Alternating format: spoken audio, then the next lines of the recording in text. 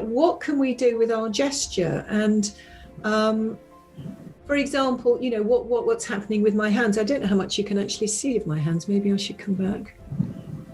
No, it's good actually. Yeah. So for example, if I'm in really small space and I'm not doing very much and you're only seeing this much of me on the screen, there isn't so much possibility. But if I'm allowing a bit more of me and then I say, well, what do you think? That's very different from what do you think? So if we were to, so that's really interesting because everything you did right now, we're on Zoom and you've done this and, we're having this chat without being in 3 physically different locations. And that's what's happening. Reality today is a lot of people are working from home. And so a lot of the meetings and a lot of the interactions are online. And so very interesting what you said about how you're coming across even online and how you're showing interest or engagement, which is far harder on screen than it is when you're in a room together physically, right? Indeed. I have been, and Talat, again, I don't know, or Kate, in your work, because just building on to that, what I've been struggling sometimes, and including myself, I've been guilty. We are talking about it, and it is very important. However, with the Zooms and the video cons, a lot of people actually don't even turn their cameras on. And so you're presenting or you're training, and you're thinking, okay, so is this person even around? I don't know whether there are etiquettes around it or not. Firstly, that. Number 2, even if they are, how can you enforce them? And what is the message to those individuals who are just silently sitting there, but you don't really know? Like, what are they doing to their own influence and impact? Yeah, I mean, that's a good question. And, what do we think about that? I mean, what would you like to be able to say, Fariha? And how might you frame the conversation before you have the call to encourage the camera to be on? What would you like to be able to say? I think I would like to say that if you don't have the camera on, you don't show your eagerness or interest in the topic. One, it will show that you're not really interested, right? Even if you're not saying it and you're super excited about it and maybe you're super committed, but it won't show because I have no way to assess that sort of visually. Number 2, it would also show sometimes maybe a little bit of a delinquent behavior. I don't even know if that's a very strong word, but it's a bit like, okay, fine, I'll just go ahead and do the call because it's a meeting set up. But I'm wondering, whether, you have nothing important to say. So I don't know. I'll just have a very negative perception about that individual. Yeah.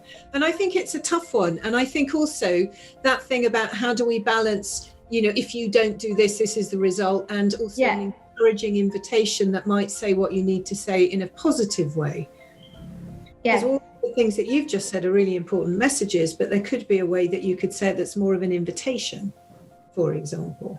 Yeah, and I think the flip side, and I think that's a really good point. The flip side is that if you are there and you show, then you have one better buy-in, more influencing in the system, and hence helps build the relationship and more excitement that you can also spread across the team. So I guess that's the flip side of it. Yeah. And Talat, out of those 2 messages, which did you prefer? I think I preferred the message around, you see, I think the person that creates the meeting or sets the meeting should kind of dictate whether people should have their cameras on or off. Honestly, quite honestly, that's kind of the etiquette that I know, because I have been on calls and I'm doing this coaching thing as well, where, when she does the coaching, there are 10 of us on this call. She actually says all cameras off, only audio. Again, she calls those shots and, we're all off the camera. And that's absolutely fine, because am I as conscious when I'm on camera and when I'm being seen in a meeting? Of course you are. You are far more, I think, engaged. Otherwise, just your body language, like Kate said, when you're on an audio, you could be lying down in bed and have this thing in front of you, and you could be, just lounging with nothing on and no makeup on and, looking however, and you could be in your pajamas. And I think all of that has a real psychological impact on how engaged you are and how interested you are in the topic. So that's just my 2 bits. I agree. I mean, again, I don't want to say this is what you should do, because I think it depends on the culture. It depends who you're working with. It depends on what's actually happening and what the purpose of the meeting is for. I am aware that some people will not respond so well to something that sounds like you must do this, because it can sound like it can feel quite negative for people, but an encouragement could do it. But I totally agree with you that framing it at the beginning about what your expectations are, and possibly the why behind it, about what the benefits of this would be. Because I think it comes back to your thing about influence, is that you might get there are lots of people in the world who kind of know what they want and they want other people to do it. And that's not necessarily influence, that's just telling. But there's something there about how do we actually engender and cultivate something that inspires others, that where they feel good enough about themselves that they want to come with you. And they're different. Now, if the building's on fire, inspiring lots of confidence and having a chat isn't necessarily the right thing. It's like, let's get out, go. Yeah. Don't pick up a bag, don't look for your passport, go. Yeah. So it kind of depends on the situation. Am I making any sense? Absolutely. Actually, I have a question, and that is more gender specific. So, women, one, getting the space in the meeting room, and then just the gestures that you're mentioning. Is it nodding too much, or not nodding, or being taken seriously? So, I just wonder, are there again certain things that women need to be more aware of? Well, yes, lots of things. And I kind of thinking, where do I start with this one?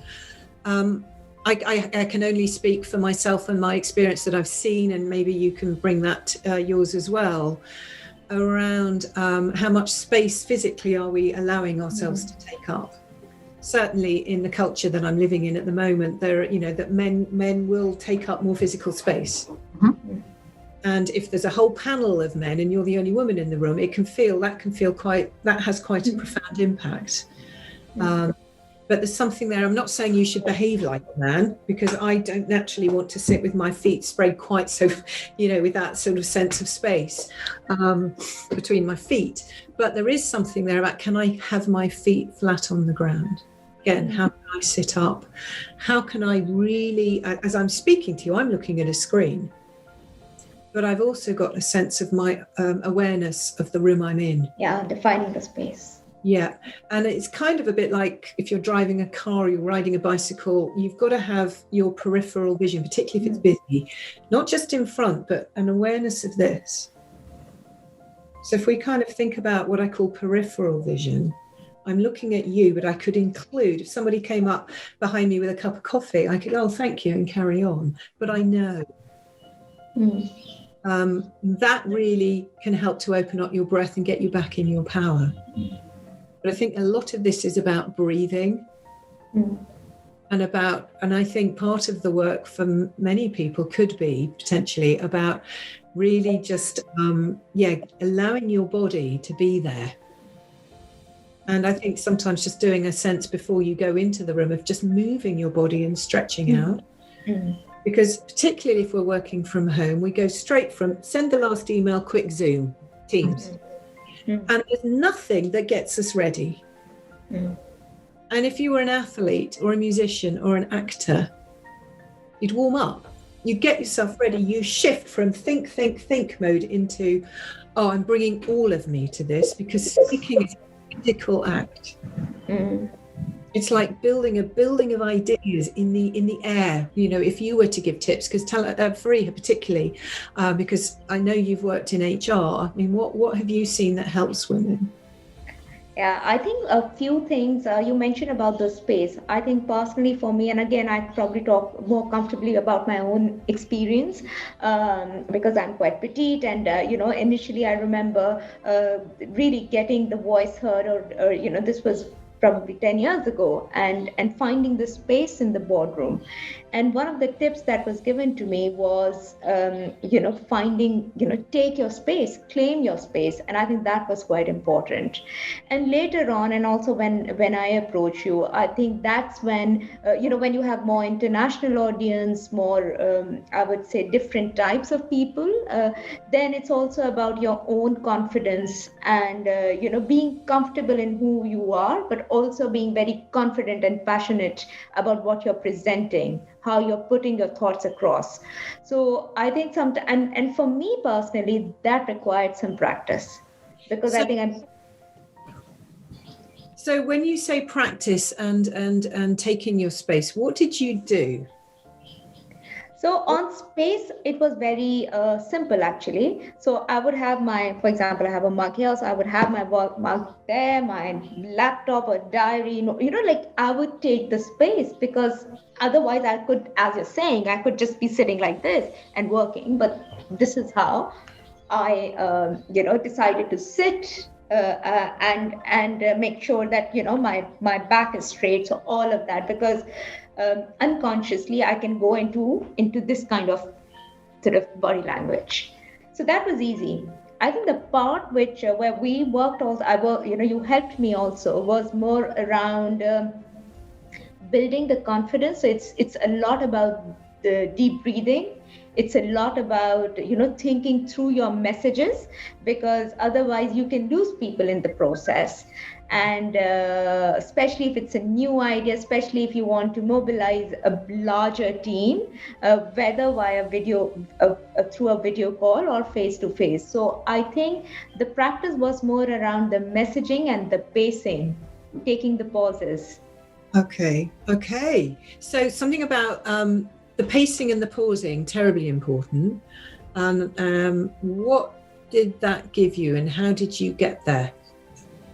I think one, it gave a lot of command and control over the subject, right? Because when you're talking, as you're saying, if it's not important, it may feel as if it's just falling through rather than, landing in people's mind or registering. So I think that was the difference.